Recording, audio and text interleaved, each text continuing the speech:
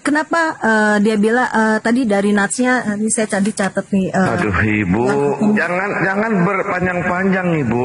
Di sini udah jelas ibu sendiri mengakui kalau Yesus itu matinya terkutuk. Ya udah jelas.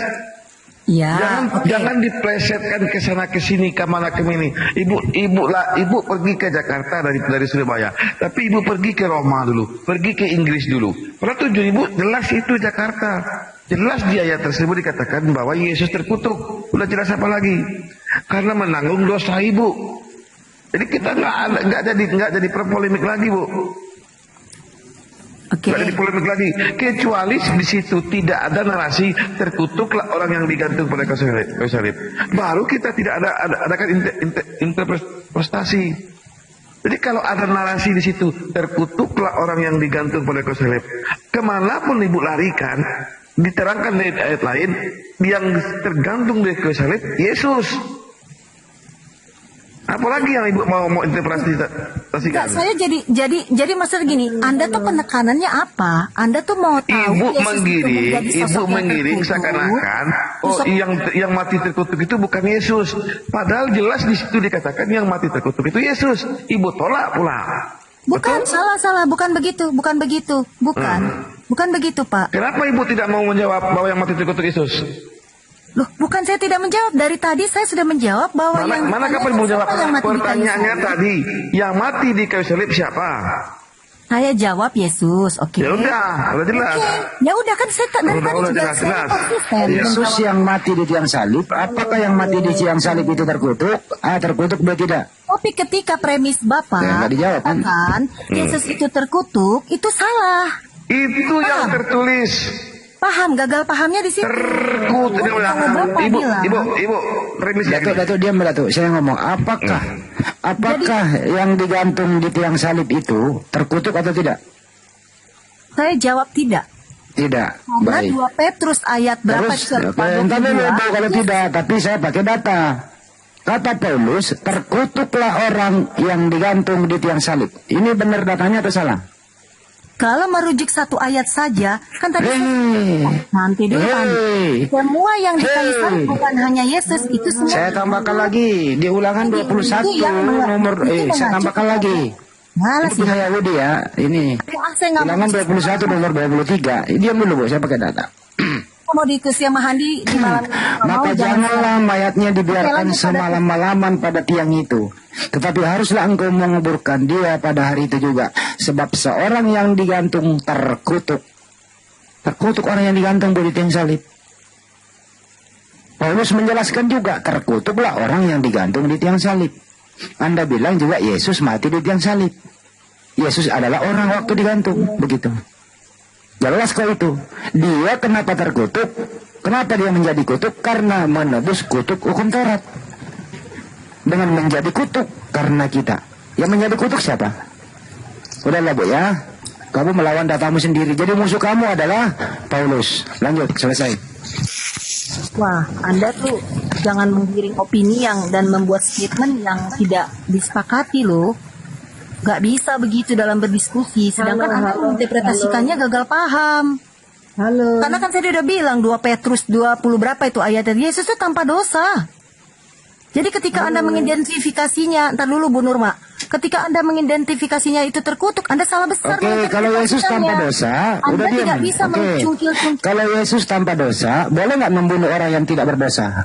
Boleh atau tidak? Bilang dia terkutuk, jadi saya menganulir 2 Petrus tadi yang mengatakan dia saya tidak ikuti berdosa. Ibu. Boleh nggak membunuh Yesus yang tidak berdosa? Boleh atau tidak? Kalau Anda mengikuti hukum Taurat, Anda tidak boleh, tapi itu tetap dilakukan pada saat itu. Kenapa? Siapa yang membolehkan, Bu? Siapa yang membolehkan? Karena kalau tidak diperbolehkan sama orang-orang yang membunuh Yesus, siapa yang membolehkan membunuh orang tidak bersalah? Siapa? Ya manusia yang membenci Yesus, yang siapa nama manusia itu? Siapa? Dia mengaku Yesus itu Tuhan. Siapa?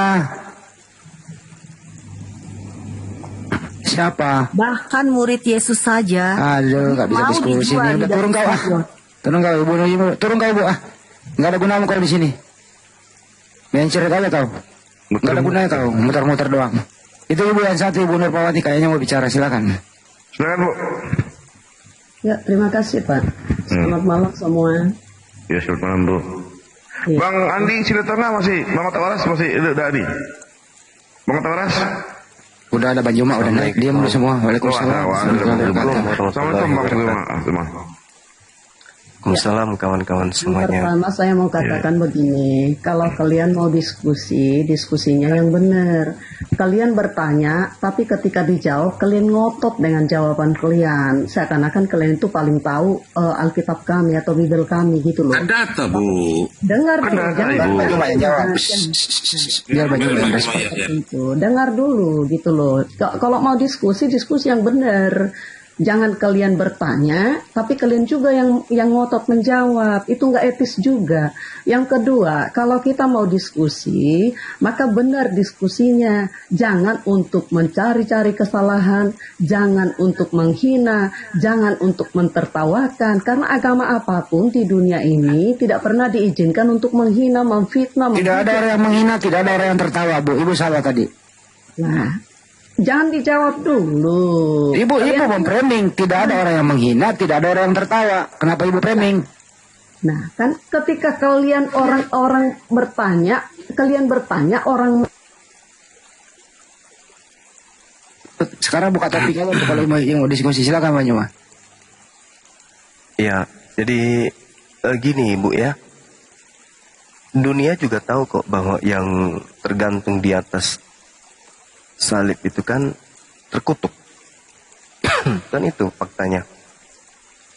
Tertulis di Bible Galatia 3 nomor 13. Al-Quran saya juga mengatakan itu. Bahwa yang disalib itu adalah orang yang memerangi Allah, memerangi Nabi Isa. Makanya oknum itu disalibkan. Nah, di Galatia 3 ini Bu, nomor 13, itu kan mengutip ke kitab Ulangan 21, nomor 22 dan 23. Karena Paulus mengatakan sebab ada tertulis. Tertulis di mana? Di Ulangan 21. Ternyata di situ Tuhan yang mengutuk oknum yang digantung di atas salib ini. Gitu loh Ibu. Jadi yang Anda sembah ini memang makhluk terkutuk memang. Nggak bisa dipungkiri. Kristus telah menebus Kristen dari kutuk hukum Taurat. Dari sini aja muncul penyesatan. Sejak kapan Taurat itu adalah adalah kutuk? Justru yang tidak menjalankan Taurat itulah yang terkutuk. Bukan Tauratnya yang kutuk, bukan. Tapi Kristen dalam hal ini Paulus mencoba untuk mendoktrin bahwasanya Kristus telah menebus Kristen dari kutuk hukum Taurat dengan jalan menjadi kutuk. Yang dikutuk Taurat itu adalah orang yang melanggar hukum Tuhan. Terkutuklah orang yang berzina, terkutuklah orang yang melanggar hari Sabat, terkutuklah orang yang makan suap, terkutuklah orang yang menggeser batas tanah. Itu yang dikutuk oleh Taurat. Artinya dengan pola ini, begitu Yesus datang mati terkutuk di atas pohon, artinya tadi orang yang terkutuk karena makan suap, orang yang terkutuk karena berzina dan seterusnya, tidak terkutuk lagi ketika mereka melakukan hal tersebut. Karena Paulus sudah menebusnya, Yesus sudah menebusnya. Dengan jalan apa? Dengan jalan kutuk. Dengan jalan kutuk Yesus itu. Jadi Anda menyembah makhluk Tuhan yang mati terkutuk di atas pohon, di atas salib. Itu fakta Bu, silakan pakai data bantai itu, silakan. Jadi gini, sebenarnya kami tidak ada terganggu dengan kata-kata terkutuk itu. Tapi ketika statement kata terkutuk itu menginterpretasikan atau memframingkan bahwa Yesus itu orang yang terkutuk, itu yang tidak kami izinkan. Karena jika kami izinkan, maka kami akan menganulir 1 Petrus ayat 22 yang mengatakan ia tidak berdosa dan tipu tidak ada dalam mulutnya. Oleh sebab itu, dalam Matius, ketika dia disalibkan, ada penyesalan dari Mahkamah Agung. Yang dimana ini orang Yesus ini tidak berdosa, kenapa kalian salib? Tapi ketika Bang Juma tadi mengatakan bahwa Yesus ini memang untuk menebus dari hukum kutuk Taurat itu, kami mengaminkan. Karena jika bukan Yesus yang menebus kutuk dari hukum Taurat itu, kami tidak sanggup. Itulah kenapa kedatangan Yesus itu menempatkan hukum kasih kami, yaitu di Matius 1 kalau nggak salah pasal 37 ayat 17 mungkin.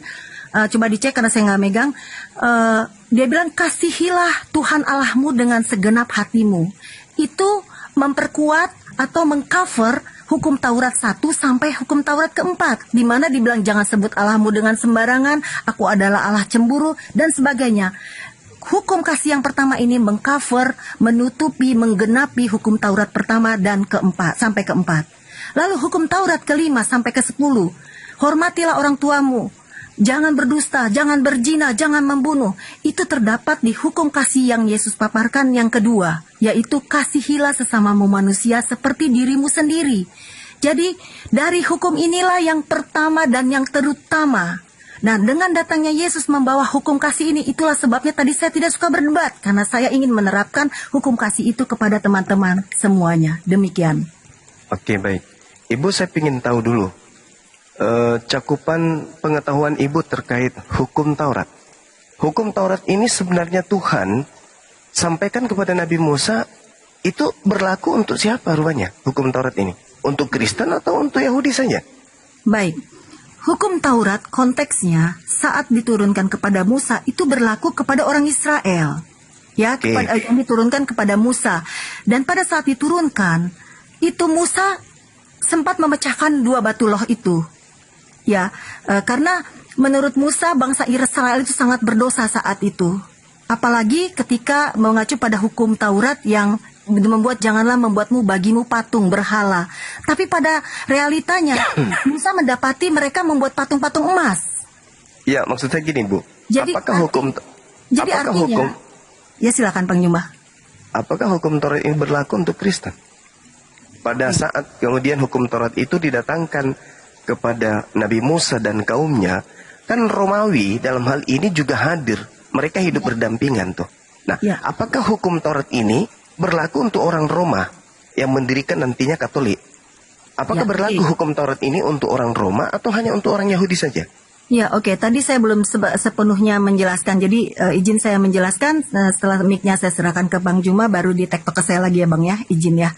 Iya, jadi saat itu hukum diberikan ke bangsa Israel ya, yang khusus memang privilege dari Tuhan Allah. Nah, sampai berjalannya hukum ini, manusia masih tetap berdosa, sehingga para nabi pun berdosa. Seperti kita ketahui bahwa Daud pun melakukan dosa, bagaimanapun dia hubungannya dekat dengan Allah, tetap melakukan dosa, termasuk dosa zina. Ya, tapi saya tidak membahas dalam konteks itu. Pertanyaan Bang Juma tadi, apakah ini termasuk buat orang Roma atau buat orang lain? Jawaban saya adalah, sampai kedatangan Yesus Kristus, itu masih buat bangsa Israel yang percaya hukum Taurat. Tapi ketika Yesus datang, hukum Taurat itu bukan untuk dihapus. Jadi kalau pertanyaannya apakah buat orang Roma, buat orang Indonesia pun hukum Taurat masih berlaku sampai hari ini. Coba kasih dalil, Bu. Di sini kehancuran Kristen itu di situ bermula. Ketika hukum Tuhan datang untuk Bani Israel, orang Kristen nyamar-nyamar sebagai orang Yahudi, sehingga hukum Taurat itu seakan-akan berlaku untuk orang Kristen. Saya minta dalil. Tolong kasih dalil. Kalau hukum Taurat yang datang kepada Nabi Musa itu juga berlaku kepada orang di luar Yahudi. Silakan. Oke. Kenapa hukum Taurat itu masih berlaku untuk kami juga orang Indonesia sampai saat ini? Matius 28 ayat 19. Jadikanlah semua bangsa muridku, baptislah dalam nama Bapa. Gak ada hubungannya, Bu. Inilah yang saya katakan bahwa kehancuran Kristen itu di situ. Artinya apa yang menjadi ketetapan dari Allah yang digenapi oleh Tuhan Yesus Kristus itu tetap berlaku ke seluruh bangsa. Dalilnya, saya butuh dalil. Kita butuh dalil. Tadi kan saya bilang Matius 28. Dan ada Matius yang dibilang bukan meniadakan hukum Taurat. Mungkin ayatnya Bapak bisa Matius 5:19. Jadi gini, Ibu, yang saya tanya, apakah hukum Taurat yang datang kepada Nabi Musa itu berlaku kepada bangsa lain di luar Bani Israel? Dalil. Ya, Dalilnya mana? berlaku. Dalilnya Makanya tadi ada. saya katakan Matius 28 ayat 19. Lah, itu bukan hukum Taurat itu. Bukan, Itu bukan maksud hukum Taurat saya itu. pengajaran Yesus itu berlaku ke seluruh bangsa, sehingga Matius 5 ya tadi ya, itu terdapat di Matius Yang 5 keberapa sekali yang lagi saya- dikatakan, sekali aku lagi saya datang bukan, katakan. aku ingin menggenaki hukum Taurat. Sekali lagi yang saya tanya mengenai hukum Taurat. Bukan mengenai kekristenan, pergilah ke seluruh dunia, jadikanlah orang jadi Kristen. Bukan Bang itu. Juma. Bang Juma jangan gagal paham ketika menginterpretasi. Ibu yang gagal paham. Gini, Hukum Taurat itu kan hanya untuk Bani Israel. Anda membatalkan hukum Tuhan itu untuk Bani Israel, seakan-akan hukum itu untuk orang Kristen juga. Mana dalilnya? tadi kan Pergilah sudah ke saya seluruh, sampaikan, iya oke sabar Bang bu, Juma. sabar. Pergilah ke seluruh dunia, jadikanlah seluruh bangsa menjadi muridku, menjadi Kristen, bukan menjadi penganut Taurat, menjadi Kristen. Yang saya tanya, apakah hukum Taurat ini hanya untuk Bani Israel? Yes, dalilnya lengkap kalau itu hanya untuk Bani Israel. Nah sekarang kalau untuk orang luar Yahudi, mana dalilnya? Sekarang saya tanya sama Bang Juma, apakah Silakan. sampai sekarang kita masih boleh membunuh? Tak ada hubungannya dengan hukum Taurat itu, Bu. Nah, saya tanya dulu, bolehkah kita membunuh? Tidak boleh, tidak boleh. Ada di hukum boleh. Taurat itu? Ada, Oke. Bolehkah kita berjina dalam hukum tidak boleh. kekristenan? Tidak boleh. Tidak boleh. Bolehkah bersaksi dusta? Sekarang Tidak begini, boleh. Ibu, Makanya, hukum dengar saya. Taurat nanti dulu Bang Juma. Mic-nya belum saya Silakan. serahin ke Bang Juma. Oleh Ini sebab nggak bisa itu, diskusi, semua yang tercantum nggak dalam bisa hukum diskusi, Taurat gitu. itu tidak bisa dilakukan meski itu zaman sekarang. Kan tadi saya Dan sudah sampaikan. Ibu, Makanya dalilnya mana? Saya minta yang tadi dalil saya loh. sudah sampaikan yang tadi di Mana hukum dalil? Matius, yang di Matius saya bilang Matius bahwa itu aku datang ajaran untuk menjadi Kristen. Ajaran untuk menjadi Kristen. Yang saya tanya hukum Taurat. itu pertama. Keduanya, dia bilang aku datang bukan meniadakan hukum Taurat. Yes, itu Yesus. Yang saya tanya Kristen. Ya Yesus kan? itu orang Yahudi. Ibu, Yesus itu orang Yahudi, Bu. Yang saya tanya ini Kristen. Yang bilang Yesus bukan orang Yahudi Ya, siapa? maka dari itu memang tidak orang lucu, Yahudi. tidak lucu kalau Anda mengambil jawaban itu dari pernyataan Yesus. Yesus itu orang Oke, Yahudi. sekarang saya Aku kembalikan sama Pak Bang Juma. silakan. Apakah tidak berlaku lagi hukum Taurat itu bagi umat Kristen di modern ini? Justru karena itulah yang saya tanya, apakah hukum Taurat itu didatangkan Tadi kan oleh saya sudah jawab masih berlaku. Bang Mana Juma bilang dalilnya? tidak. Mana Sekarang mana dalilnya? dalilnya? Tadi Mana saya dalil? sampaikan dalilnya, tapi Bang Juma tidak Matius 28 sepakat dengan itu- dalil itu. Makanya sekarang saya bertanya Matius sama Bang Juma. 28 itu menurut bukan Bang Juma apakah masih berlaku? Karena Tidak kan Bang ada Juma menolak hukum argumen tadi. saya. Ibu, jangan gila permanen dong, Bu. Nggak, saya Jangan nggak gila gila, permanen jangan dong. framing Bang Juma. Saya nggak ada framing Bang Juma loh dari sana. Saya mengatakan Anda gila. Kenapa? Karena tidak ada hukum Taurat untuk orang di luar Yahudi. Mana Kalau tidak dalilnya? ada kan bukan berarti saya gila. Karena kalau gila itu kan Gila Anda dong. Itu identifikasinya gila harus dengan namanya. dokter jiwa. Itu gila namanya. Tidak, Karena ada parameter kegilaan. Anda bisa ada. terkena Ketika loh. hukum Taurat Masuk itu loh. hanya untuk orang Israel, Tidak bisa tapi Anda meng-framing kemudian orang gila ketika Loh, Anda tidak Anda gila, tes Anda gila, kejiwaan, pokoknya Anda tes gila, Anda kejiwaan. gila. Anda kejiwaan, kena penyakit jiwa Anda itu. Nggak boleh Bang Juma. Saudara, sekarang begini, Nggak boleh Anda framing orang gila. dengar dulu, Ibu, dengar, boleh dengarkan saya. Jangan Bang Juma udah Adalah terlalu. Mic orang belum yang saya salah serahkan ke dan Anda loh. Mic kehendaknya belum saya kepada serahkan orang ke Anda. lain, itu Mic-nya baru belum saya gila. serahkan ke Anda. Baik. Diam dulu. Mic Baru belum saya gila. serahkan. Nah, Bu, Bapak Bu dari dengar. tadi bertanya tapi menjawab sendiri. Dengarkan saya, jangan gila permanen. Saudara-saudara Kristen jangan gila permanen ya. Kalian adalah tokoh-tokoh agama di Kristen. Tolong pakai akal kalian. Mazmur 147 nomor 19 nomor 20. Apa firman Tuhan di sana? Hukum-hukumku hanya berlaku kepada Bani Israel. Aturan-aturanku yang datang kepada Yakub hanya untuk Israel. Aku Tuhan tidak memberlakukan hal tersebut kepada bangsa lain. Dalil itu. Ulangan 33 nomor 4. Hukum Taurat hanya berlaku bagi Bani Yakub. Kalian Bani Yakub? Bukan. Yeremia 31 nomor 31 sampai nomor 33. Aku akan mengadakan perjanjian baru dengan Bani Israel dan Bani Yehuda. Bani Indonesia enggak. Jangan ngarang-ngarang cerita. Ya. Ketika Yesus mengatakan aku datang bukan untuk meniadakan, tapi untuk menggenapi. Itu untuk digenapi bagi Bani Israel, bukan untuk Kristen. Jadi pakai logika, kenapa saya katakan ibu gila? Karena Anda mengada-adakan satu keadaan yang tidak ada. Oke? Pahami itu. Matius 28 Nomor 19, jadikanlah seluruh bangsa menjadi pengikutku. Pengikut makhluk yang keluar dari kubur. Bukan pengikut Yesus yang adalah anak Maria. Itu beda. Yesus yang keluar dari kubur dan Yesus yang mengadakan pengajaran Injil kepada Bani Israel. Itu adalah dua oknum yang berbeda. Nah, ketika Paulus mengatakan dalam Galatia 3 nomor 13, Kristus telah menebus kita dari kutuk hukum Taurat, muncul pertanyaan. Siapa kita ini? Kita ini Kristen. Sejak kapan hukum Taurat ini berlaku untuk Kristen? Kalau Yesus mati untuk menebus hukum Taurat, membatalkan hukum Taurat, maka Yesus mati untuk Bani Israel, bukan untuk Kristen. Karena hukum Taurat itu hanya untuk Bani Israel. Maka hukum-hukum Tuhan yang datang kepada Bani Israel dibebaskan untuk siang pemilik. Siapa pemilik? Orang Israel. Kenapa Kristen yang tepuk tangan? Makanya saya katakan, ibu ada gangguan. Kalau ibu tidak bisa menerima pernyataan saya berdasarkan dalil, ibu ada gangguan. Sebaiknya Anda periksa ke dokter jiwa. Silakan. Halo. Baik, terima kasih Bang Juma. Saya segera nanya. Halo. Terima kasih Bang Juma telah mengatakan saya gila. Tapi terus terang secara saintis Bang Juma tidak bisa menetapkan seseorang gila ketika dokter jiwa tidak menetapkan orang itu gila.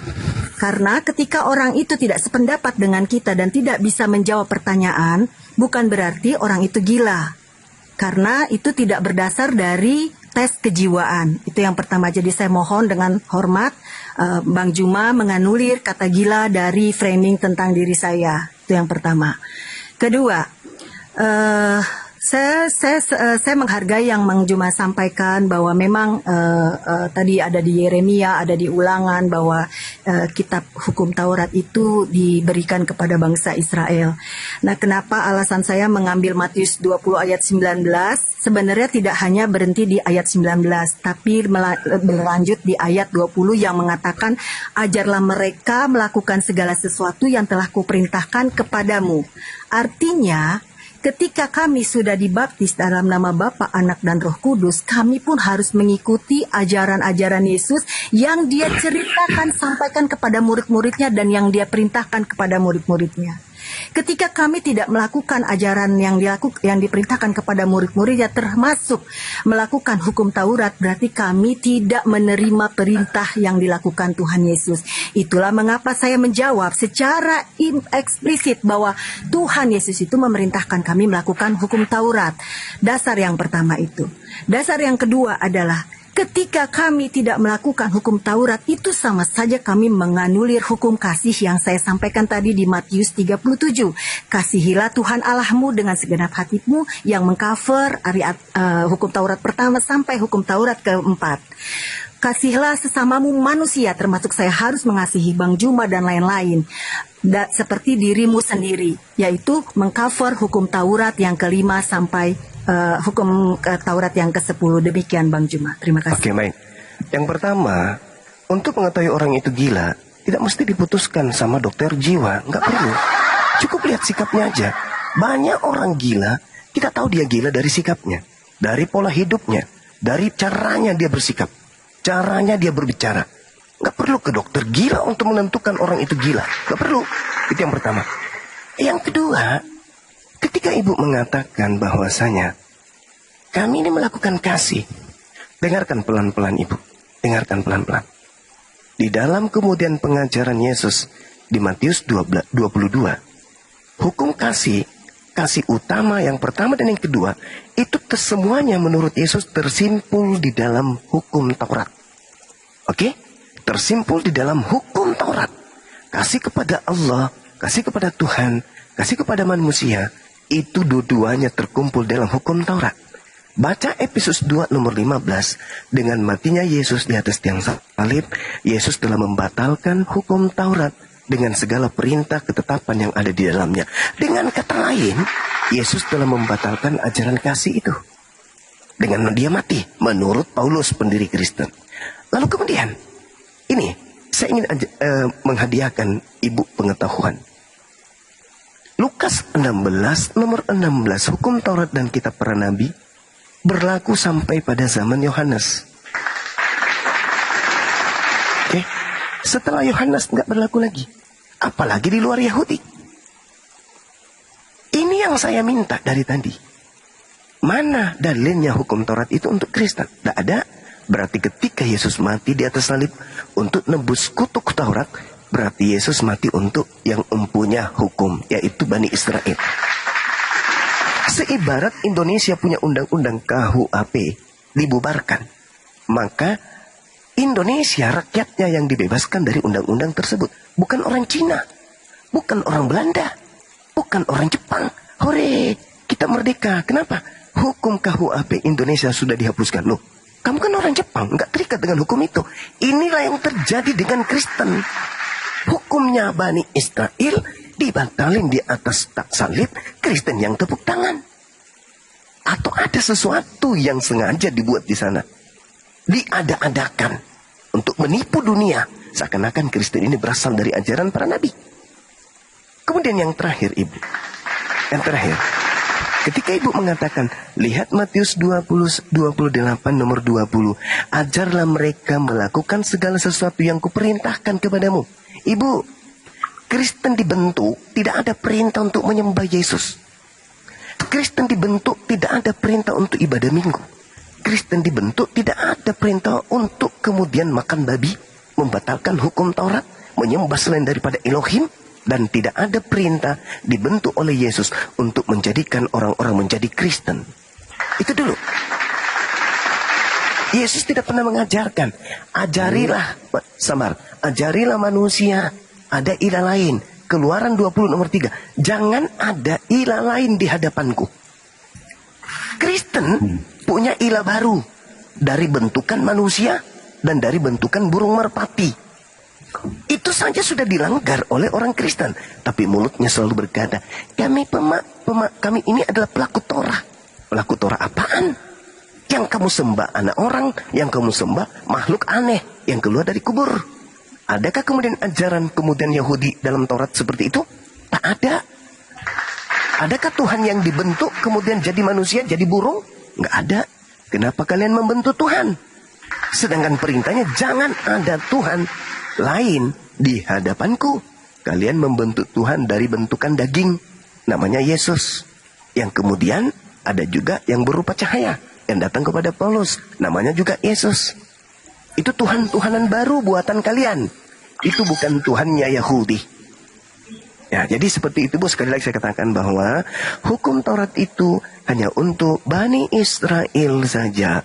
Yesus berkata kepada pengikutnya Bani Israel, waspadalah kepada serigala yang datang kepada kalian, nyamar-nyamar seperti Bani Israel, pada sesungguhnya mereka adalah serigala buas. Itulah Kristen. Silakan. Terima kasih Bang Jimmy.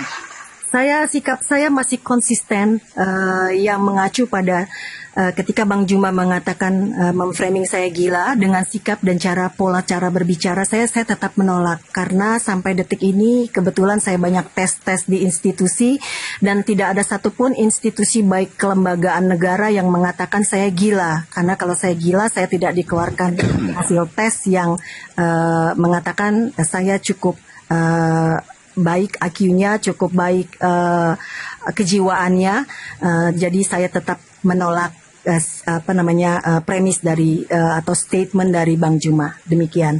Karena kalau misalnya saya gila, saya hanya mengacu kepada orang yang memiliki profesi sebagai dokter jiwa, yang memang mereka memiliki kualifikasi untuk menetapkan seseorang itu sakit gila atau tidak, rusak kejiwaan atau tidak. Demikian.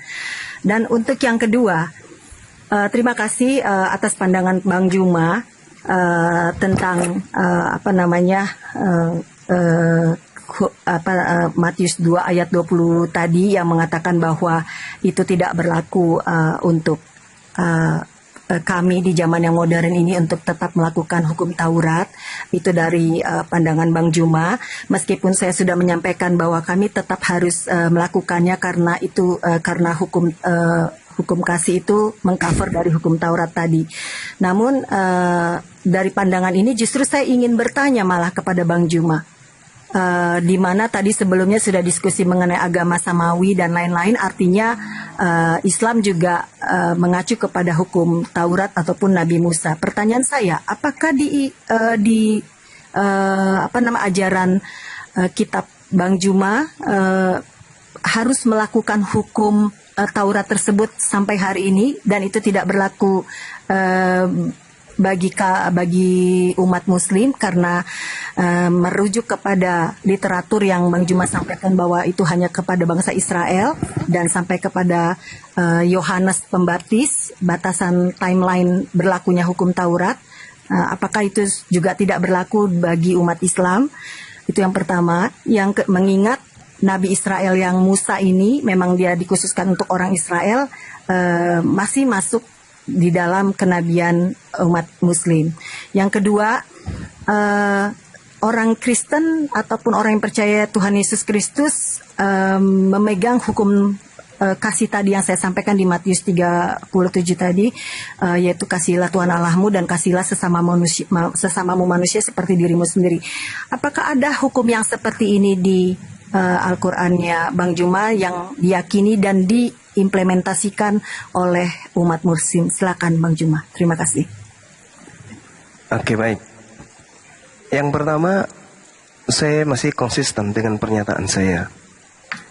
Kalau ibu itu saya identikkan seperti apa yang saya katakan tadi, bukan karena ibu itu makan sampah atau tidak mandi atau ibu itu tidak mengurus tubuh Anda sampai saya mengatakan itu, enggak. Tetapi saya berpola kepada Markus 5, di mana ada orang gila yang kemudian karena kegilaannya dia lari menuju kepada Yesus dan menyembah Yesus. Dan setelah kemudian dia tidak gila lagi, setelah dia waras, dia berhenti menyembah Yesus. Itu maksud saya, Ibu, ya. Baca Markus 5 dari nomor 1 sampai nomor 20. Mudah-mudahan ibu bisa paham apa maksud saya mengatakan ibu itu gila. Karena Yesus itu jelas manusia. Yesus itu jelas adalah anak Maria. Tapi dianggap Tuhan. Habis itu ibu mengatakan ibu tidak melanggar hukum Taurat. Kami masih melakukan hukum Taurat. Tapi ibu menyembah manusia.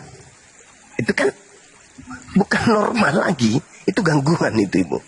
Nah, kemudian ketika ibu berbicara mengenai apakah dalam Islam itu ada pengajaran Taurat, masih menjalankan Taurat, Ibu, umat Islam itu orang waras, Bu. Hukum Taurat itu untuk Bani Israel, bukan untuk kami umat Islam. Bukan. Al-Quran kami jelas menegaskan itu. Wa katabna lahu fil alwahi min kulli syai' mau'idatan wa tafsila li kulli syai' wa huzha biquwwah wa mur qaumaka ya'khuzu bi ahsaniha saurikum daral fasiqin. Wahai Nabiku Musa, peganglah Taurat itu dan ajarlah kemudian kaummu untuk berpegang teguh kepada hukumku itu sebaik-baiknya. Al-Quran mengatakan hukum Taurat untuk kaumnya Nabi Musa alaihissalam. Tuh, seirama dengan yang saya bacakan tadi. Yeremia 31 nomor 31. Aku akan memasukkan hukum Taurat ke dalam batin setiap Bani Israel. Jadi Bani Israel memahami bahwa hukum Taurat itu untuk mereka. Al-Quran menjelaskan hukum Taurat itu untuk mereka. Bukan kemudian untuk bangsa lain. Nah, kemudian kalau ibu mengatakan apakah di Islam itu mengajarkan agama kasih, ajaran kasih. Sekali lagi saya katakan, Bu, ya, ajaran kasih itu semuanya terkumpul di dalam hukum Taurat dan kemudian dibatalkan oleh Paulus di dalam Efesus 2 nomor 15. Nah, kalau di Islam coba Anda buka sekali-kali pelajari Al-Quran surah Al-Maidah ayat 32 atau ayat 6, Al-Muntahana ayat 8, Al-Maidah ayat 13, Al-Jasiyah ayat 14, Asyura ayat 40 dan 45. Bagaimana kemudian perintah di dalam Al-Quran untuk mengasihi seluruh umat manusia dan memaafkan kesalahan-kesalahan manusia. Itu Al-Quran itu jelas tuh. Oke? Jadi sekali lagi kita kembali kepada tema bahwa di Kristen itu tidak ada hukum Taurat. Dengan adanya Yesus yang dijadikan sebagai Tuhan, itu sudah menggugurkan hukum Taurat. Karena hukum Taurat yang pertama itu adalah kasihilah Tuhanmu dengan segenap hatimu. Di dalam Ulangan 11 nomor 1, Yosua 22 nomor 5 dikatakan bahwasanya mengasihi Tuhan sama dengan setia menjalankan segala perintah, ketetapan, hukum-hukum yang didatangkan Tuhan melalui Nabi Musa alaihissalam. Itu baru disebut mengasihi Tuhan. Sedangkan Kristen tidak melakukan itu lagi. Kristen tidak melakukan itu. Kristen melakukan ajaran Paulus. Tidak ada lagi hukum Taurat di Kristen itu. Karena memang hukum Taurat itu bukan untuk Kristen. Itu untuk Bani Israel. Maka ketika Yesus Kristus mati di atas tiang salib untuk menebus kutuk Taurat, maka yang dibebaskan adalah sang pemilik hukum, bukan Kristen. Demikian. Ibu, PR saya kalau masih mendengar di bawah, silakan baca Markus 5 nomor 1 sampai nomor 20. Ya, jadi gila yang kumaksud bukan makan kutu, bukan makan sampah, bukan yang tidak mandi, yang tidak isi gigi, bukan. Tapi gila yang kumaksud adalah yang menuhankan manusia. Itu yang aku bilang. Silakan. Ya, silakan. Silakan. Yang main. Silakan. Saya umat Kristen menanggapi pernyataan Juma. Silakan, Bang. Yang berkhutbah tentang keimanan Kristen, berkhutbah tentang Alkitab. Padahal si Juma tidak mengimani. Saya mau begini saja. Kalau kita bicara hukum Taurat soal salah satu perintah, jangan engkau membunuh. Ya.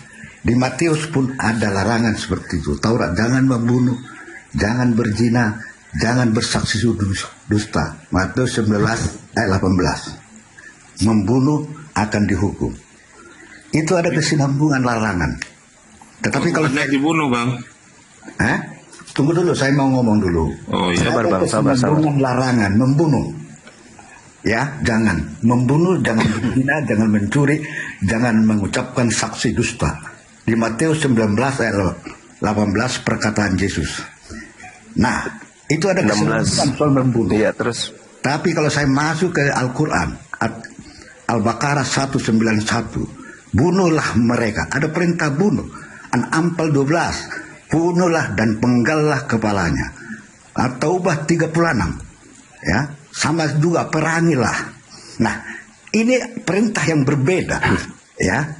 Di sana jangan membunuh, di Injil jangan membunuh, tetapi di Al-Quran, Al-Baqarah 191, bunuhlah mereka. An-Anfal 12, penggallah kepala nafsu. Nggak usah diulang-ulang, Bang. Nggak usah diulang-ulang, cukup.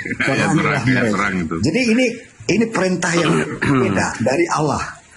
Oke, itulah menurut saya. Tolong dijelaskan ini. Kalau saya tidak menafsirkan, ya, saya hanya membacakan. Saya tidak berkhutbah tentang kitab suci saudaraku, tidak. Saya cuma mengurut saja. Kalau Juma tadi berkhutbah tentang keimanan Kristen dan membaca Alkitab, itu menurut dia orang Kristen paham siapa Yesus. Ya, berkali-kali kepada Bang Juma terangkan bahwa firman Allah, jangan ini sebagai manusia, jangan diulang-ulang, itu Yesus bukan persetubuhan suami istri. Cukup gantian. Ya, jadi gini, saudara, mengenai bunuh ya. Ya. Di dalam Bible, sabar. Di dalam Bible kalau bunuh sinkronisasi ya dari Taurat, saudara bisa gantian kan kita ya. Gantian. Nanti ada kesempatan jadi. Di Al-Quran itu ada surat Ar-Rahman. Nama surah itu artinya kasih sayang. Di Bible tidak ada surat-surat kayak gitu, nggak ada. Kemudian, sabar Pak, gantian kita, sabar. Nanti Bapak colotin lagi ya. Kalau kita mau mengukur perintah membunuh di Bible, kita gabungkan nih antara kitabnya Yahudi yang diambil oleh orang Kristen tanpa izin, lalu digabungkan dengan Perjanjian Baru, ya, digabungkan kitab ini dua, kitabnya Yahudi terjemahannya diambil digabungkan dengan kitabnya Kristen, digabung menjadi dua. Satu, kata bunuhlah dengan kasihilah itu sebanding antara 1 juta dengan 1. Perintah membunuh di dalam Bible itu 99%, perintah kasihi itu cuma 1%.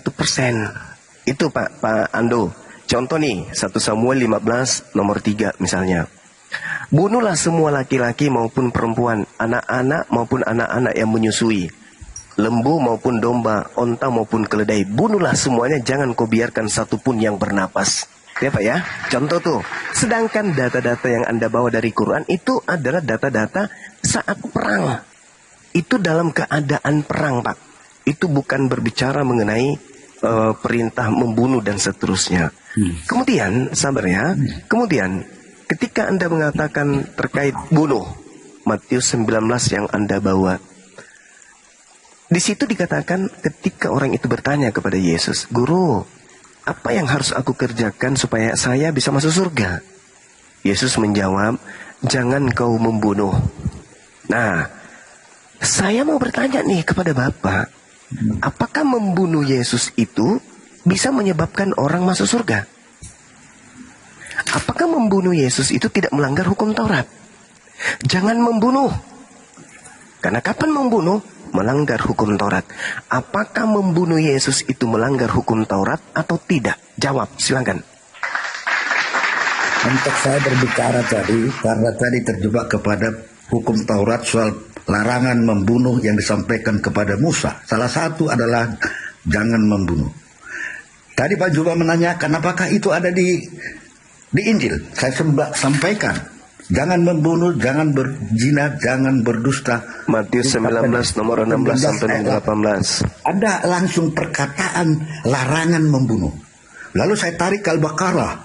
Bunuhlah. Ini perintah siapa nih? Penggallah kepalanya. Ya, Ya'tobar juga anak. Perangilah. Ini perintah. Tadi kan saya sudah menjelaskan Bapak, itu adalah ayat perang. Sedangkan yang tertulis di dalam kitab yang Anda gunakan di dalam 1 Samuel 15 itu lagi tidak perang, tapi diperintahkan membunuh anak-anak, anak laki-laki, anak perempuan, ya, yang menyusui, bahkan anak bayi pun disuruh bunuh. Lembu, domba, onta, keledai disuruh bunuh, dan itu dalam keadaan tidak perang. Kenapa disuruh bunuh? Jadi enggak usah ambil itu, bukan itu poinnya. Sekarang pertanyaan saya, ketika Anda mencoba mengatakan dalam Matius 19, jangan membunuh, pertanyaan saya, apakah membunuh Yesus itu melanggar hukum Taurat? Coba, jawab, silakan.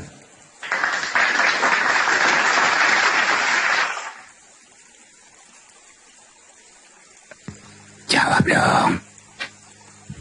Dibuka aja, Pandu.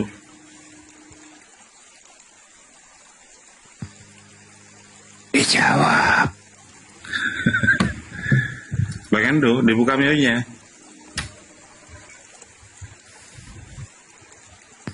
Dijawab itu pertanyaannya. Apakah membunuh Yesus itu melanggar hukum Taurat? Jawab. Sikala makama itu. Assalamualaikum warahmatullahi wabarakatuh. Waalaikumsalam warahmatullahi wabarakatuh. Sikama lakama itu ya. Ingat ya Pak ya, Anda ditunggu di 1 Korintus 15 nomor 17. Dan jika Yesus tidak disalibkan, tidak dibunuh, tidak dikuburkan, tidak dibangkitkan, maka sia-sialah kepercayaan kamu dan kamu masih hidup dalam dosamu. Artinya apa? Iman Kristen itu ada dari hasil dosa melanggar hukum Taurat. Karena membunuh Yesus itu melanggar hukum Taurat. Dengan melanggar hukum Taurat, maka muncullah agama Kristen. Jadi agama Kristen ini hadir akibat pelanggaran terhadap hukum Taurat. Jedor. Tanpa pelanggaran kepada hukum Taurat, Kristen tidak ada. Jadi agama Kristen ini berasal dari pelanggaran terhadap hukum Tuhan. Itu dalilnya. Silakan kalau masih mau lagi. Bang Joma, ya. Kalau lagi perang itu, musuh itu dikasihi atau dilawan, Bang Joma? Digeletek-geletek, digitik-gitik. Oh, dicabut dulu. Ya, jadi ya silakan, masih ada Ibu, silakan. Ya tadi maaf teman-teman, tadi saya lowbat banget, jadi saya tadi turun itu. Baik, saya belum mendengarkan lo tadi paparan Bang Juma yang terkait pertanyaan saya tadi. Apakah hukum kasih yang seperti ada di dalam iman Kristiani itu, apakah ada di dalam hukumnya Bang Juma di Al-Quran Bang Juma dan diimplementasikan? Bu, surah Ar-Rahman Bu, sudah dijawab. Biarin. Kan dia nggak dengar, nggak apa-apa. Bagus kok pertanyaannya. Iya, saya kasih ayatnya, misalnya di dalam surat Maryam misalnya ya, di data ayat 96 Allah Subhanahu wa ta'ala menjelaskan, kemudian A'udzubillahi minasyaitonirrajim. Innalladzina amanu wa 'amilus salihati sayaj'alu lahumur rahmanu wudda. Sungguh orang-orang yang beriman dan mengerjakan kebajikan, Allah yang Maha Pengasih menanamkan rasa kasih sayang di dalam hatinya. Nah, rasa kasih sayang ini kemudian bukan hanya sesama muslim, karena Islam itu rahmatan lil alamin. Aku tidak mengutus engkau wahai Nabi Muhammad membawa Islam, melainkan untuk kasih sayang terhadap alam semesta.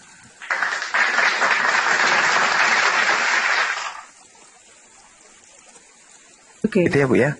Ya, sampai situ. Baik, saya menerima Bang Juma. Apakah ini termasuk juga kepada Islam atau Muslim yang melakukan pembakaran gereja dan lain-lain? Apakah mereka mengerti hukum yang tadi Bang Juma sampaikan? Itu Kemungkinan dia tidak mengerti. Kemungkinan dia tidak mengerti karena Islam itu tidak mengajarkan seperti itu. Andai saja Islam mengajarkan seperti itu, Kristen sudah habis di Indonesia. Kenapa? Karena Indonesia sebelum merdeka itu dijajah oleh manusia yang beragama Kristen dan juga Katolik. Dan nama Tuhannya Yesus, rumah ibadahnya gereja, nama kitabnya Bible. Faktanya 350 tahun orang-orang yang beragama Kristen ini membunuh jutaan manusia, membuat jutaan manusia menjadi yatim piatu dan wanita menjadi janda, itu jutaan dibuatnya. Kuburan 40 korban jiwa dari keganasan orang-orang yang bernama Kristen, yang beragama Kristen. Tapi apakah kemudian ketika kami orang Islam ini berhasil mengusir mereka, pengikut-pengikutnya atau rumah ibadahnya diratakan dengan tanah? Enggak. Karena Islam melarang. Enggak boleh merusak rumah ibadah agama lain. Enggak boleh. Dilarang dalam agama Islam, haram hukumnya. Jadi kalau ada kemudian orang yang mengatakan dirinya Islam kemudian membakar gereja, itu melanggar Islam, itu melanggar, nggak boleh. Tapi kalau di Kristen saya rasa sah-sah saja sih, karena di dalam 1 Yohanes 2 nomor 1 dikatakan, barang siapa yang berbuat dosa, maka ada Yesus yang mendamaikan dosa Kristen. Baik, itu artinya mereka yang Islam yang melakukan pembunuhan ataupun melakukan saksi dusta terhadap sesamanya, itu bukan Islam yang menganut paham dari Quran yang diadopsi oleh keimanan Bang Juma dan teman-teman, begitu ya? Dari statement itu, apakah itu yang dimaksud ya Bang Juma? Iya, karena itu tidak sesuai dengan Islam. Itu tidak boleh dalam Islam, tidak boleh. Baik, jadi ketika Al-Maidah ayat 32. ada yang melakukan itu adalah bukan barisan dari Islam, gitu ya Bang ya? Penduduknya, orangnya mungkin KTP-nya Islam, tapi dia tidak sedang menjalankan ajaran Islam. Al-Quran surah Al-Maidah jelas sekali diterangkan kemudian, A'udzubillahi minasyaitonirrajim, min ajli dzalika katabna ala bani Israel annahu man qatala nafsan bighairi nafsin aw fasadi fil ard faka'annama qatalan nas jami'a. Barang siapa yang membunuh satu manusia, maka dia sama halnya membunuh seluruh umat manusia. Wa man ahyaha faka'annaha ahya nas jami'a. Dan barang siapa yang menyayangi satu manusia, maka dia sama halnya menyayangi seluruh umat manusia. Al-Quran surah Al-Maidah ayat 32. Baik. Jadi demikian juga analoginya seperti yang tadi Bang Juma sampaikan, bahwa penjajah Indonesia 350 tahun adalah orang Kristen. Seperti tadi saya nyatakan bahwa ketika orang Kristen, makanya saya sampaikan hukum Taurat itu tetap dilakukan sampai hari ini. Karena jika dia melanggar hukum Taurat, dengan otomatis dia melanggar hukum kasih yang diperintahkan Tuhan Yesus ya.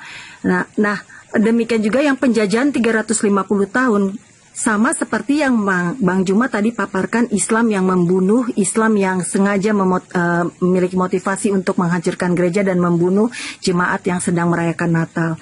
Begitu juga yang 350 tahun menjajah ini adalah Kristen-Kristen yang tidak mengadopsi ajaran kasih yang ditetapkan Yesus Kristus.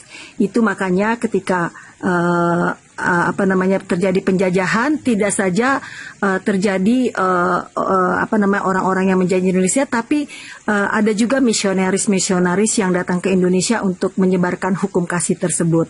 Jadi dengan demikian paparan Bang Juma tadi yang mengatakan orang Kristen adalah penjajah itu bisa dianulir dengan statement saya barusan bahwa itu tidak ada, itu bukanlah pengajaran kasih yang diperintahkan Yesus di Matius 37. Itu penjelasan dari saya. Yang kedua, saya belum terjawab tadi yang Bang Juma sampaikan, apakah hukum Taurat itu juga dilakukan dan diyakini dan dipercaya sampai hari ini tidak diikuti oleh keimanan Islam? Silakan dijawab Bang Juma. Iya, hukum Taurat itu untuk Bani Israel. Al-Quran surah Al-Araf ayat 144 dan 145. Wahai Musa, ajarlah kaummu untuk berpegang teguh kepada Taurat. Tuh, Al-Quran surah Al-Araf ayat 144 dan 145. Kami ini bukan umat yang tidak punya harga diri, tidak plagiat kami ini. Kami bukan penyamar-penyamar. Hukum itu hanya untuk Bani Israel. Kami punya Al-Quran dong. Kami nggak mau menggunakan kitabnya orang. Cuman Al-Quran itu diwahyukan oleh Allah untuk menjelaskan sebagian dari isi Taurat. Al-Quran surah Al-Ahqaf ayat 12. Wa min qablihi kitabu Musa imama wa rahmah. Wa hadza kitabu musaddiqul lisanan arabiyya liyunziral ladina zalamu wa busyra lil muhsinin. Dan sebelum Al-Quran itu telah ada kitab Musa sebagai petunjuk dan rahmat. Dan Al-Quran ini adalah kitab yang membenarkannya dalam bahasa Arab untuk memberi peringatan kepada orang-orang yang zalim dan memberi kabar gembira kepada orang-orang yang berbuat baik. Jadi kami tidak plagiat. Kami punya nabi yang menerima hukum-hukum. Nabi Muhammad menerima hukum. Hukum yang diterima oleh Nabi Muhammad itu adalah hukum untuk seluruh umat manusia. Kafatan linnas. Makanya kami beriman. Karena hukum itu datang untuk seluruh umat manusia. Bil bayyinati waz zubur wa anzalna ilaika dzikr litubayyana lin-nasi. Aku memberikan Al-Qur'an kepadamu Nabi Muhammad untuk kau sampaikan kepada seluruh manusia. Nah itu Nabi Musa, aku berikan Taurat untuk kaummu Nabi Musa.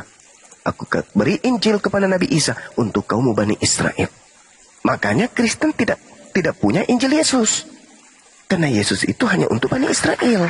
Dan Yesus menurut catatan yang ada di dalam Bible-nya orang Kristen, Yesus datang mengajarkan Injil kepada Bani Israel. Markus 1 nomor 14. Itu jelas itu. Bagaimana kemudian Yesus mengajarkan Injil kepada Bani Israel. Ucapan-ucapan Yesus hanya untuk Bani Israel, bukan untuk bangsa lain. Sedangkan Bible, saya ulang, sedangkan Bible itu adalah catatan orang-orang yang tidak dikenali yang menuliskan tentang Yesus dan murid-muridnya ketika Yesus mengajarkan kitabullah, ketetapan Allah terkait hikmah Injil kepada muridnya Bani Israel. Makanya di dalam Matius 15 nomor 24 di situ dicatat oleh penulis Matius bahwa Yesus berkata, aku diutus hanya kepada domba yang hilang dari umat Israel. Itu ucapan Yesus. Kitab Anda itu ditulis setelah Yesus tak ada di bumi. Sedangkan Yesus itu adalah pembawa Injil. Injilnya tidak dihafalkan, Injilnya tidak dituliskan. Injilnya hanya disampaikan kepada pengikutnya Bani Israel saja. Sedangkan Kristen ini adalah oknum di luar garis. Ingat, Yesus adalah pihak pertama sebagai penyampai firman kepada Bani Israel. Bani Israel adalah pihak kedua sebagai penerima firman dari pihak pertama, yaitu Yesus. Tidak ada Kristen di sini, nggak ada. Kristen ini pihak ketiga, pihak yang berada di luar garis. Tidak ada hubungannya dengan Yesus. Makanya kita susun perintah Yesus ketika dia datang di tengah-tengah Bani Israel. Dari perintah 1 sampai ke perintah 3 juta, tidak akan pernah bisa mengantarkan orang menjadi Kristen. Apa yang bisa menjadikan orang menjadi Kristen? Perintah-perintah Paulus. Nah itu baru bisa menjadi Kristen. Tapi kalau perintah Yesus, mustahil orang bisa menjadi Kristen. Kenapa? Karena Yesus mengajarkan untuk jangan membunuh. Sedangkan Kristen, agama yang dihasilkan dari hasil membunuh. Jadi kalau berbicara mengenai kasih, Kristen itu, mohon maaf nih, Kristen tidak ada di bumi ini kalau tidak ada pembunuhan. Kata siapa? Kata Paulus. Dalilnya di mana? Terang, saya bacakan tadi di dalam 1 Korintus 15 nomor 17. Dan jika Yesus tidak dibangkitkan, maka sia-sialah kepercayaan kamu, dan kamu masih hidup dalam dosamu. Bisa nggak Yesus dibangkitkan tanpa dibunuh? Nggak bisa. Berarti, dengan kata lain, jika Yesus tidak dibunuh, maka sia-sialah kepercayaan kamu, dan kamu masih hidup dalam dosamu. Sedangkan membunuh Yesus adalah dosa besar. Keluaran 23 nomor 7 nomor 8. Jangan kau membunuh orang yang benar. Jangan kau membunuh orang yang tidak bersalah. Sebab aku Tuhan tidak akan membenarkan orang yang bersalah. Amsal 6 nomor 16. 6 perkara yang dibenci oleh Tuhan. Bahkan 7 kekejian di dalam hatinya. Yaitu menumpahkan darah orang yang tidak bersalah. Berarti menumpahkan darah Yesus itu adalah kekejian dan hal yang sangat dibenci oleh Tuhan. Berarti membunuh Yesus yang adalah orang benar, itu adalah melanggar firman Tuhan. Bahkan Yesus mengatakan, Matius 19, jangan kau membunuh. Berarti tanpa pembunuhan, Kristen tak ada. Tapi dengan adanya pembunuhan, manusia jatuh ke dalam dosa. Jadi kesimpulan saya, pembunuhan kepada Yesus bukan menebus dosa, tapi pembunuhan kepada Yesus melahirkan dosa. Catat itu Ibu, silakan. Terima kasih. Tadi Bang Juma mengatakan bahwa Al-Quran itu untuk menjelaskan sebagian isi Taurat saja ya. Jadi artinya tidak melakukan hukum Taurat sampai hari ini. Jadi itu sebabnya mungkin sebagian Islam gagal paham untuk menginterpretasikan ajarannya sehingga dia masih tetap membunuh karena tidak dikunci oleh hukum Taurat sampai sekarang ya. Jadi saya sekarang mulai mengerti. Lalu yang kedua adalah tadi Bang Juma mengatakan bahwa agama Kristen lahir dari pembunuhan. Mungkin saya lebih sepakat agama Kristen lahir dari kematian Yesus Kristus. Karena pembunuhan yang tadi Bang Juma rujuk dari 1 Korintus 15 ayat 17, di mana Paulus mengatakan jika Kristus tidak dibangkitkan maka sia-sialah kepercayaan kamu dan kamu masih hidup dalam dosamu. Ya, karena ini panjang dan lebar ini sebenarnya untuk menjelaskan perikop ini. Saya mungkin di lain waktu mau bertemu lagi dengan Bang Juma untuk kita lebih depth untuk membahas perikop ini. Jadi yang Bang Juma katakan tadi bahwa Yesus itu Kristen itu hasil dari pembunuhan, itu tidaklah benar statement seperti itu ataupun premis seperti itu. Karena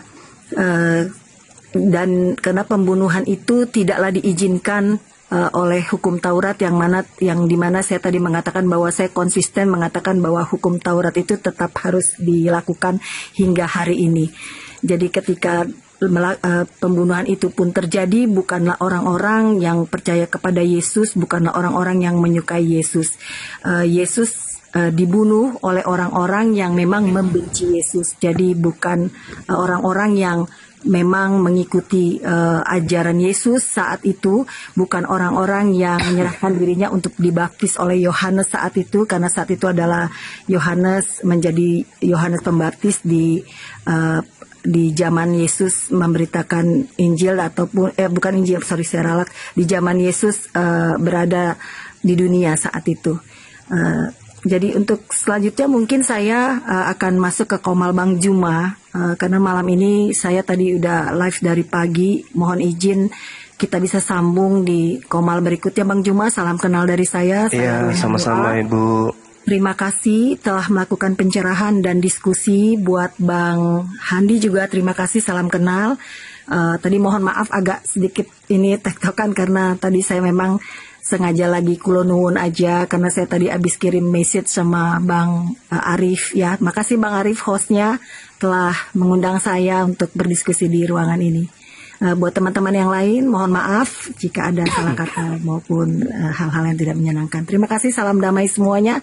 Mohon izin saya turun, nanti kapan-kapan saya bisa bertandang ke rumah-rumahnya Bang Juma. Baik. Ya.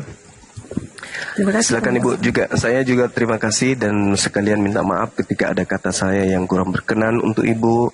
Itu hanya sekedar untuk bahan kita untuk berpikir ya. Oke, saya lanjutkan. Ibu terima kasih, sehat selalu. Saya menunggu. Ya, baik. Saya menunggu Ibu kapan hari lagi untuk berdiskusi dengan saya ya. Baik. Saya ingin ya oke. Saya ingin izin aku live ya. Terima kasih ya, teman-teman. Makasih Ibu, makasih. Makasih. Selamat malam semua. Ya, Ibu.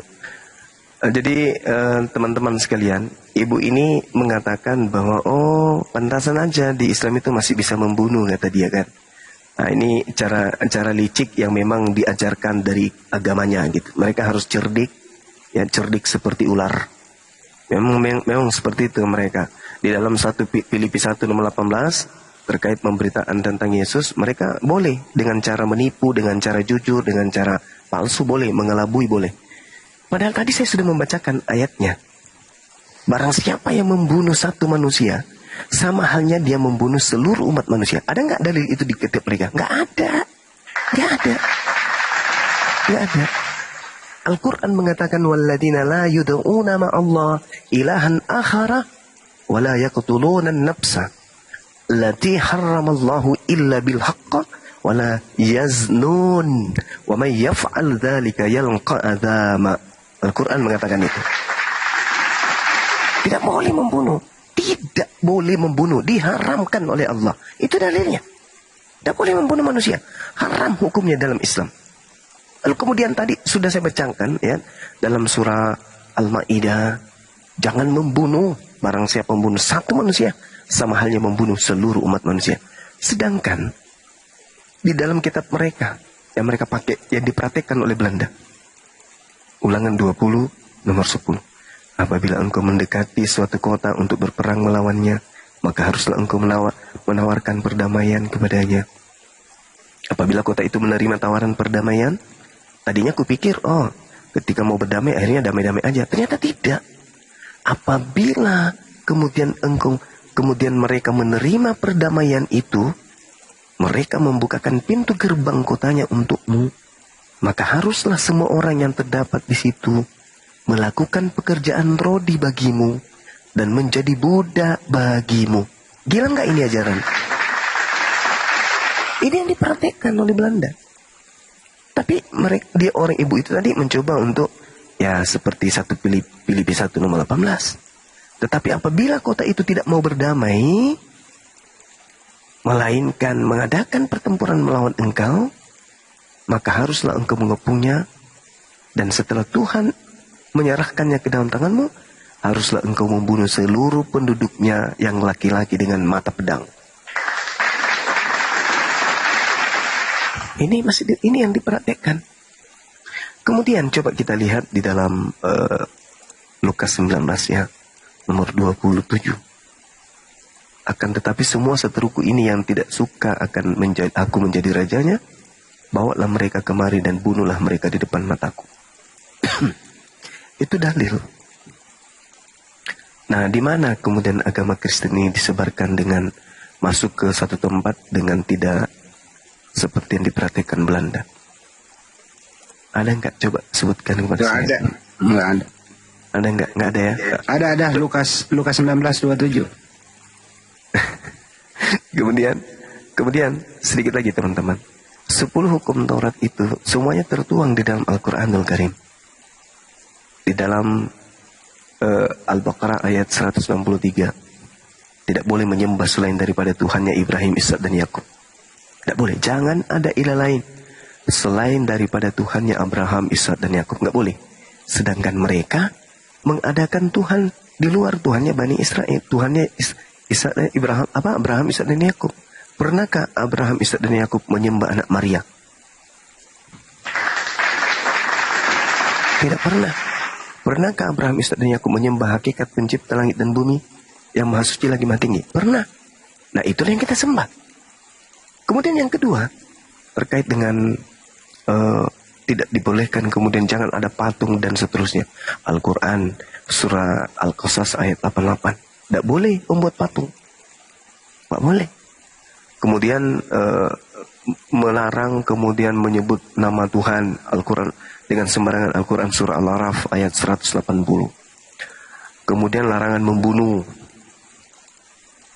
ayat 68 dari surah Al-Furqan. Kemudian hormati kedua orang tua kita, An-Nisa ayat 36. Kemudian larangan berbuat zina juga tertuang di dalam Al-Quran surah Al-Isra ayat 32. Larangan keras kemudian untuk melakukan kesaksian palsu. Al-Ahzab ayat 70. Kemudian larangan mengingini yang bukan hak kita. Al-Quran surah An-Nisa ayat 54. Kemudian menjalankan hari yang ditunjuk sebagai hari yang suci bagi kaum umat Islam. Al-Jumu'ah ayat 9. Kalau hukum Sabat itu hanya untuk Bani Israel. Nah, kita hari Jumat, Al-Jumu'ah ayat 9. Dia hari Minggu nggak ada dalilnya. Kemudian dilarang mencuri, dilarang merampas hak orang lain.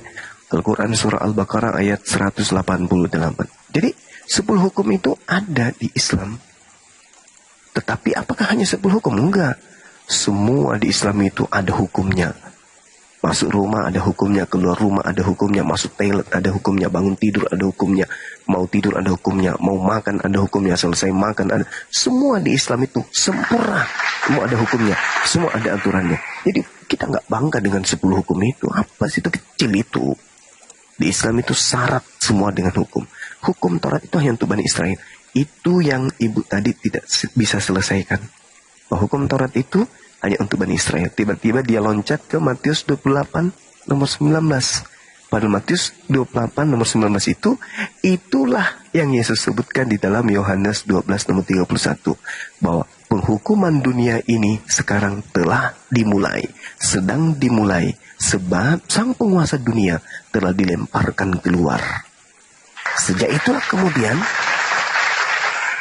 terjadi penyesatan secara sistematis terhadap anak keturunan Adam.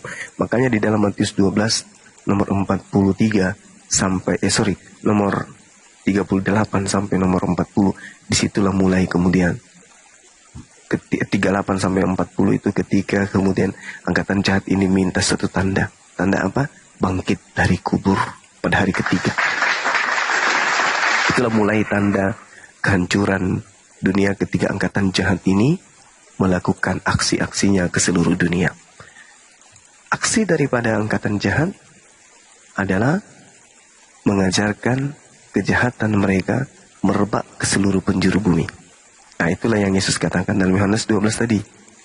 Dunia sudah dihukumkan sebab sang penguasa dunia telah dilemparkan keluar. Keluar dari mana? Silakan saudara-saudara Kristen jawab. Saya kira begitu, teman-teman. Terima kasih.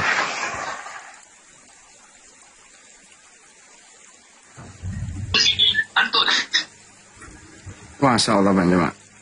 Udah mau istirahat Bang Juma? Apa benar? Lanjut. Di sini udah 3:30, silakan. Coba sebelum Bang Juma istirahat, ya biasalah permintaan nih. Ini saya putar ya. Mudah-mudahan Bang Juma masih bisa memenuhinya nih. Assalamualaikum abangku. Tolong dibacakan surah Al-Ahzab 34, 40 lah, 41 lah. Sekitar itu. Tolong ya, abangku yang ganteng. Udah itu aja. Kalau Bang Juma masih berkenaan nih. Ayat berapa tadi Bang Andi? Al-Ahzab ayat surah keberapa itu? Ayat keberapa tadi? Suara saya nggak kedengaran. Al-Ahzab ayat berapa Bang Andi?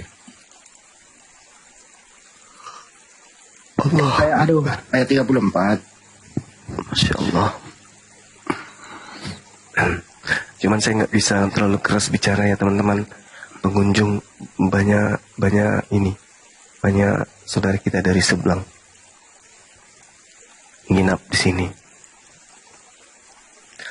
A'udzubillahi minasyaitonirrajim. Bismillahirrahmanirrahim. Wazkurna ma yutla fi buyutikunna min ayatillahi wal hikmah. Innallaha kana latifan khabira. Innal muslimina wal muslimati wal mu'minina wal mu'minati wal qanitina wal qanitat was sadiqina was sadiqati was sabirina was sabirati wal khashiin والخاشعين والخاشعات والمتصدقين والمتصدقات والصائمين والصائمات والحافظين فروجهم والحافظات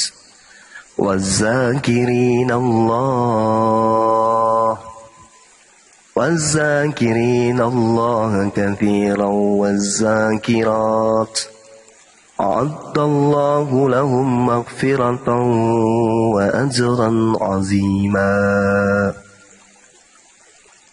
وما كان لمؤمن ولا مؤمنة إذا قضى الله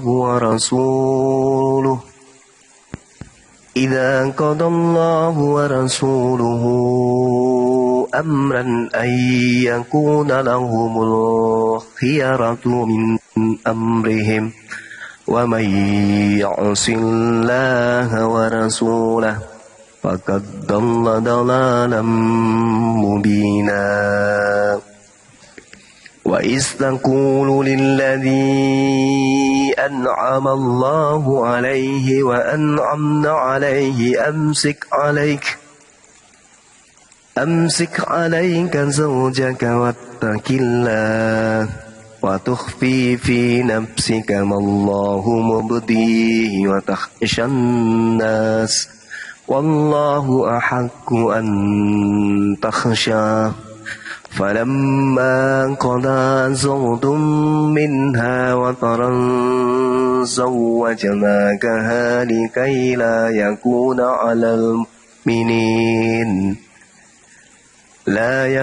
على المؤمنين حرج في أزواج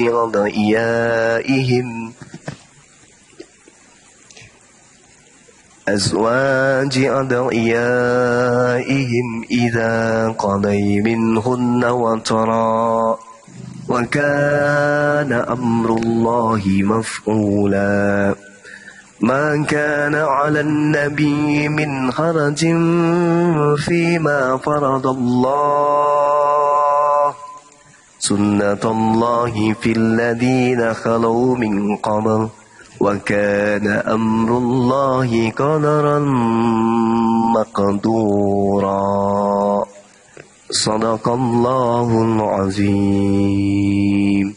Maha benar Allah dengan segala firman-Nya. Allahu Akbar. Masya Allah. Adam tidur malam ini, Masya Allah. Ditambah hujan gerimis